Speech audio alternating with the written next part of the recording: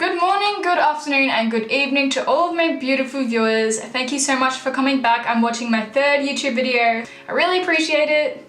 Today I'm here to talk a little bit about facial recognition. Now when you hear the words facial recognition, what comes to mind? Personally, before I started researching on the topic, the only thing that I connected facial recognition to was the fact that my face could unlock my iPhone, which I thought was pretty cool. But it is so much more than that, as you're about to find out. Facial recognition is a biometric tool similar to other biometric technologies, such as fingerprint recognition, iris recognition, and finger vein pattern recognition. The explanation for facial recognition is sort of held within the title itself. It is a system that recognizes people and their identity by viewing their faces through a device or technology. To explain simply, there are 3 steps to tracking down somebody's identity. Step number 1 is capturing somebody's face on a photo or a video. The second step is the system scans somebody's face for specific facial features. These facial features are called landmarks or nodal points. These landmarks allow the system to measure the distance between people's facial features, such as the distance between your eyes, the length of your forehead,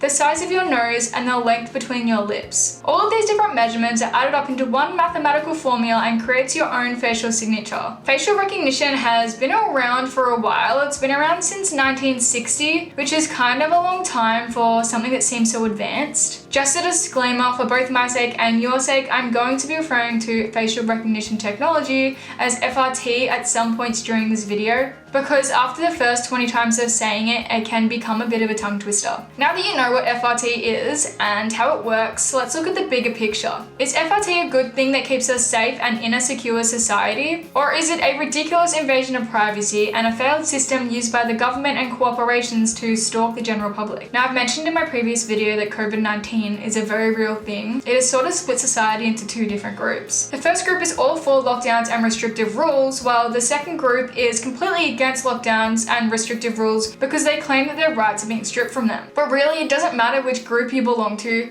If you get caught breaking the rules, you're going to pay the consequences. Since the pandemic started, there has been a global increase of highly advanced cameras being installed in amongst streets and even some residential blocks. Police have used FRT to help maintain the lockdowns and help catch people breaking their own quarantine. Moscow is a prime example of this, as they introduced a city-wide surveillance program in January, using technology supplied by Lab. This allowed police to patrol the COVID-19 lockdown and help them catch over 200 quarantine breakers during the first few weeks of the operation. Lab's former head Alex Mimin said that at the time this was the world's largest system of live facial recognition. Some other countries that have used FRT to help control quarantine and location tracking are Japan, China, and Korea. Along with so many more, I'm sure those are just the 3 I came across when I was doing my research. The system can even recognize people's identity under the compulsory face mask that we all have to wear during the pandemic. Now, I personally think that it's a good thing that FRT is being used to help control quarantine and lockdowns. Now we have hands-free check-in, temperature checks, and location tracking. It is so much easier to know whether you have been into contact with a positive case or been to a previous exposure site. But once the lockdown ends, are the cameras going to be taken down? I highly doubt it. And if that's the case, it almost feels like this is the first excuse to spy on society and control a higher unnecessary surveillance system. The use of developing FRT has made its way into solving missing children cases. The cross-age facial recognition allows society and police to recognize what a child may look like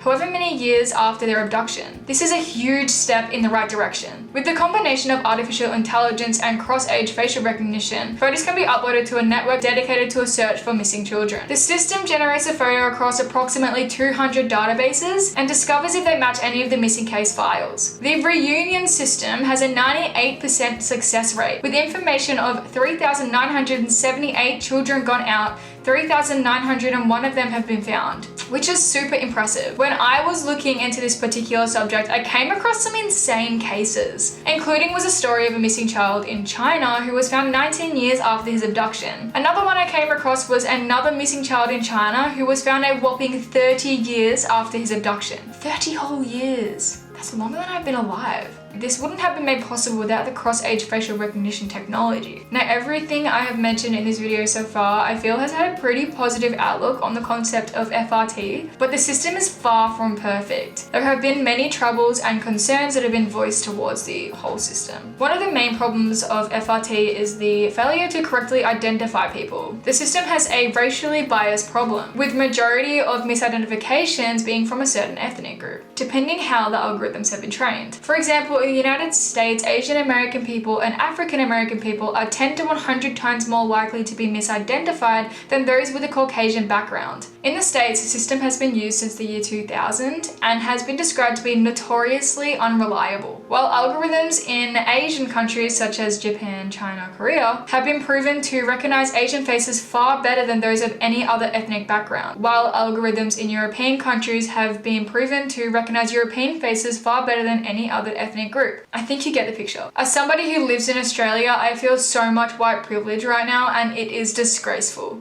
But putting race aside, women are more likely to be misidentified than men, and the older generation and children are more likely to be misidentified than any other age group. Typically, the white male has the highest accuracy rate within the system. Facial recognition is being spread globally, even now being trialled in Australian states. ABC claims that Australian police have actually confirmed that they are using FRT to compare people within the police database, but they failed to give information on CCT use of FRT. The police are using FRT to recognize criminal behavior, which I am very thankful that they are doing everything they can to keep me, you, and society safe. But are police overusing the power of facial recognition? There have been concerns that FRT is being used to track down Black Lives Matter protesters, which, if true, is not the first time. This is the reason why people are being urged to not put up clear images of protesters' faces on social media. They can be targeted by police and tracked down and then arrested.